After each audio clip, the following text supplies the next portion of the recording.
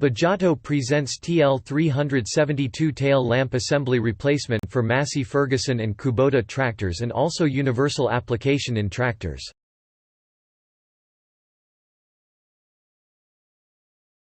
Its four-function lamp, tail, stop, rear direction indicator and reflex reflector. It has two bulbs. These bulbs you can use as tail and stop 12 volts 21 watts 5 watts. Rear direction indicator 12 volts 21 watts.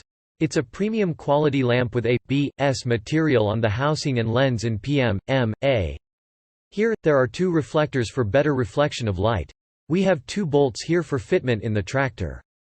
Similarly, SL541, front indicator lamp replacement for Massey Ferguson tractors and also universal application.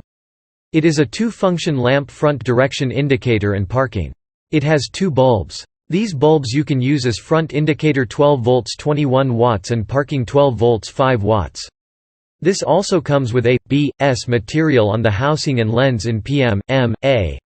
This lamp also has two reflectors inside for light reflection and two bolts at the back of the housing for fitment. Both these lamps are available as sets of left and right. When you buy this product, you get Bajato commitment of reliability, quality and value for money.